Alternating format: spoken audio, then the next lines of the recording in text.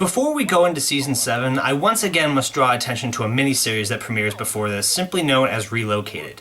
Unlike the past two miniseries, where the repercussions aren't really immediately felt, you need to watch Relocated before starting Recreation. Otherwise, you're going to be really confused by a lot of things, such as, why is Donut suddenly back? Why is he unconscious? When did Lopez get there? When did the Reds get a holographic chamber underneath their base? And when did their Warthog upgrade to a Gauss cannon? Recreation is in kind of that weird place that Seasons 2 and 4 were in that it's mainly there to serve as a transition between Reconstruction and Revelation. Which isn't to say that nothing happens.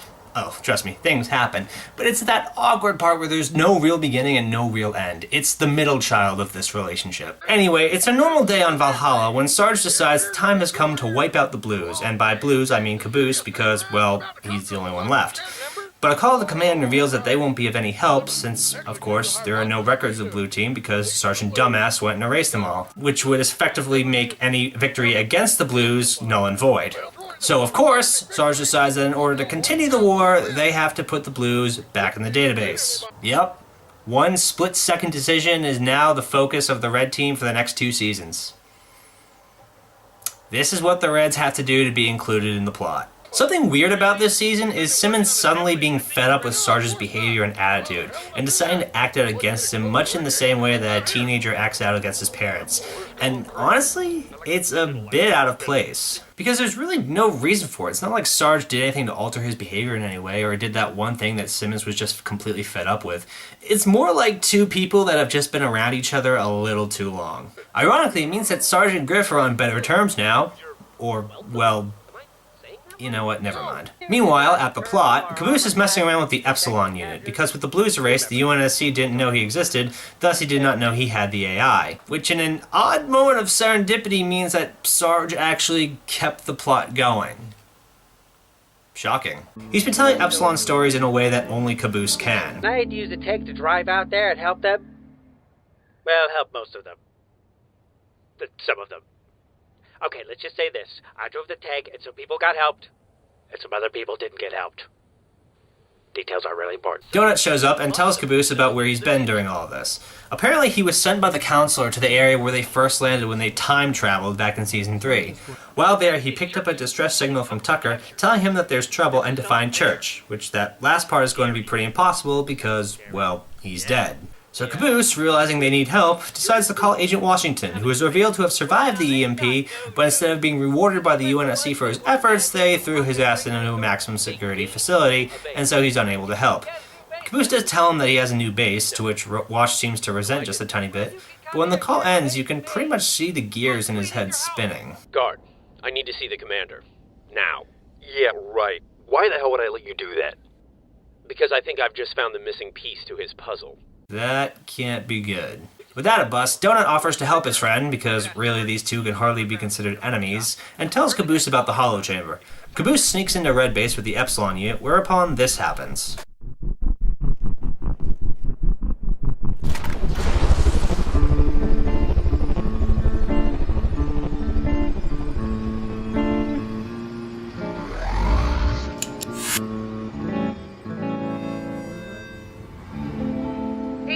Hello, Caboose.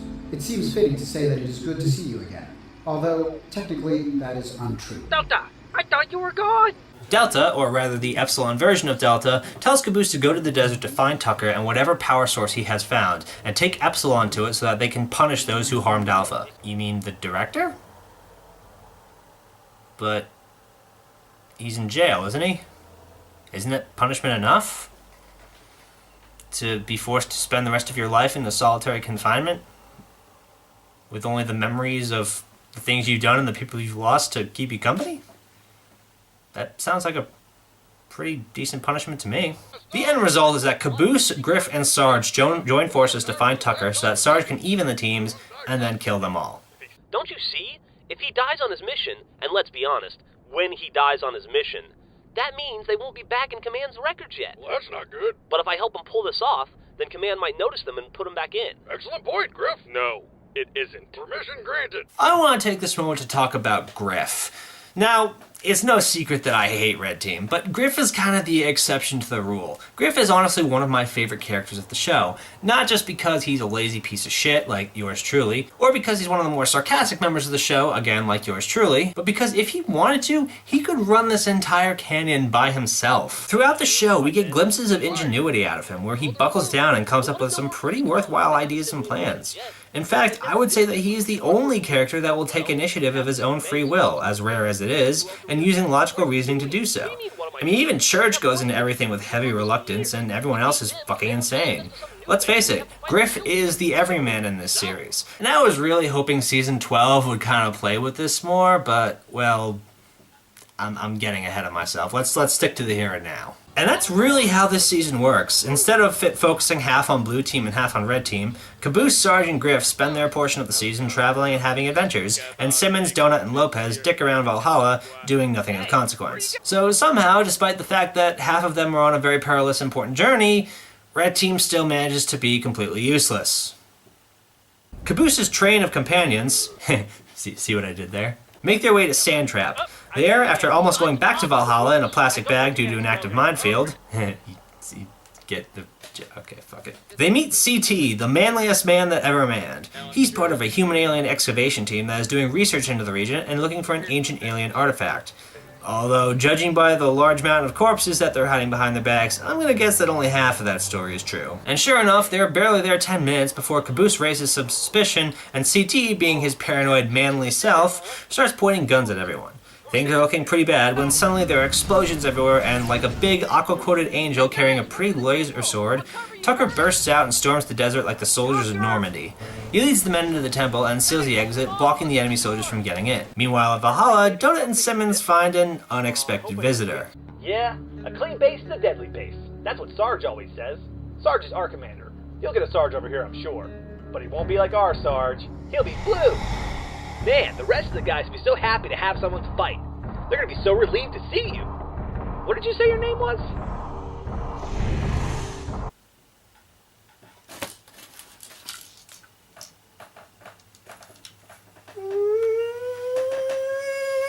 Guess what? Blue Team got a new soldier. What? They sent another team member? Why would they do that? That doesn't make any sense. Oh, fuck! Welcome to the neighborhood. See you later. And if you made it this far, then congratulations! You are officially at the point where I got all caught up with the series the first time around. Give yourself a little golf clap. Anyway, Tucker explains the situation. Apparently he was a part of the real excavation team, serving as ambassador along with Junior to translate and keep the peace between human and alien. And where Junior is during this whole thing, don't ask me because we never see him even once. But then CT's group arrived and killed the original excavators and began trying to force their way to grab the ancient weapon for themselves. And since the last alien weapon was created to casually wipe out all existence in the universe, you can imagine why that would be a bad thing. While all this is going on, however, Caboose goes off and, in Caboose fashion, creates something terrifying. Sorry, Church. Church?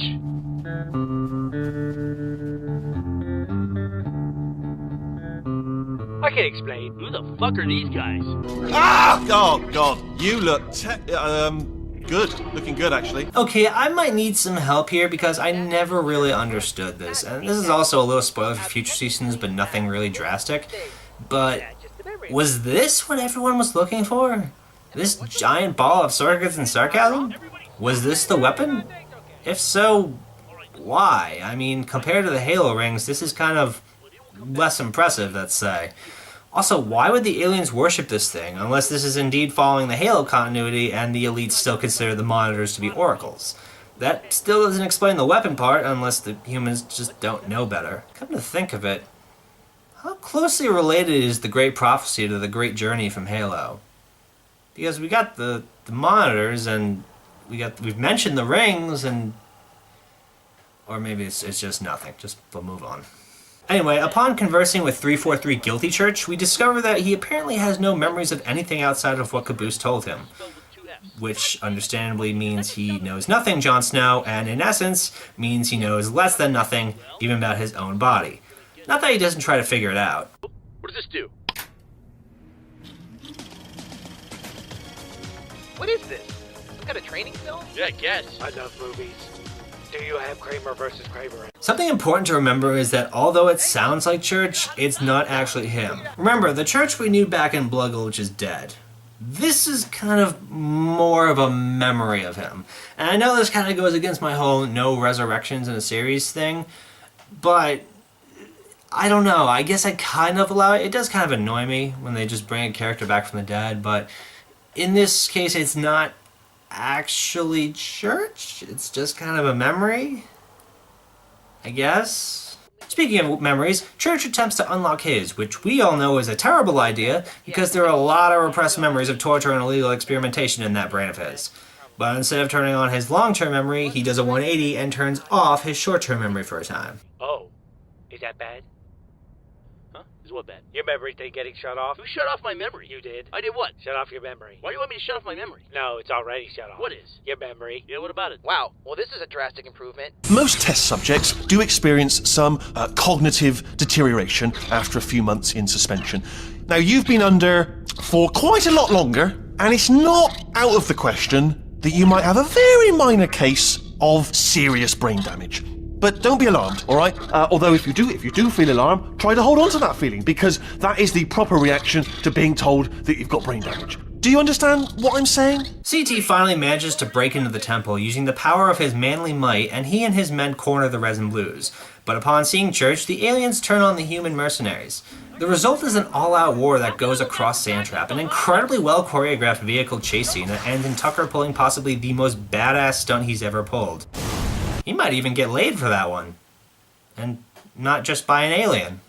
Tucker goes after CT, but using his manly intellect, the mercenary gets the drop on him. Just tell me one thing though, who are you really? And who sent you here? Sorry. You'll never know. Hey, what's up? What in the hell is that thing?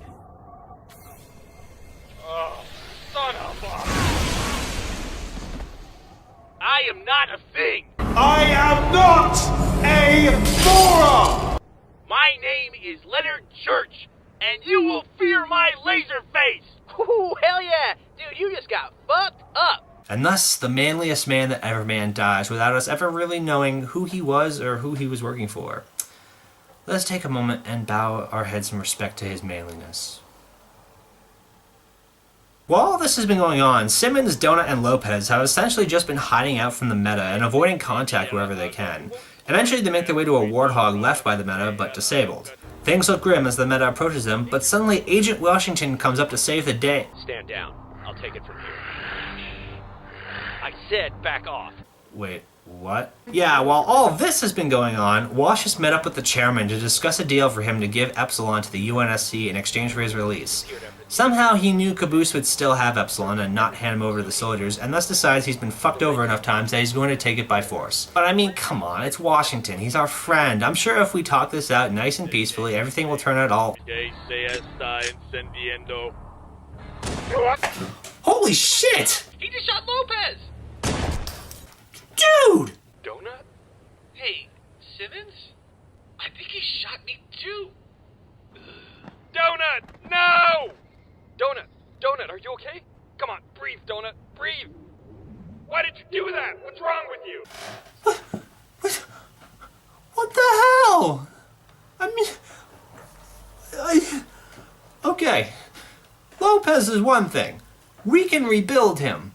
Make him faster, stronger.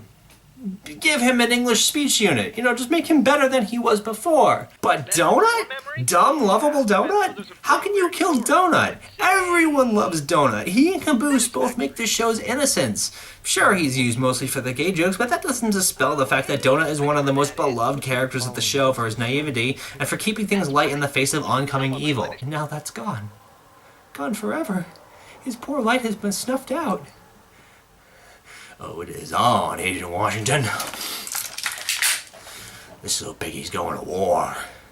You better prepare yourself, because next season, oh, you're gonna get it, boy. Overall, Recreation doesn't have a whole lot going for it. It does set forth the mystery of CT that will be explained in later seasons, and also established Epsilon's return in the form of the new church, as well as set up the Meta's return and Washington's betrayal.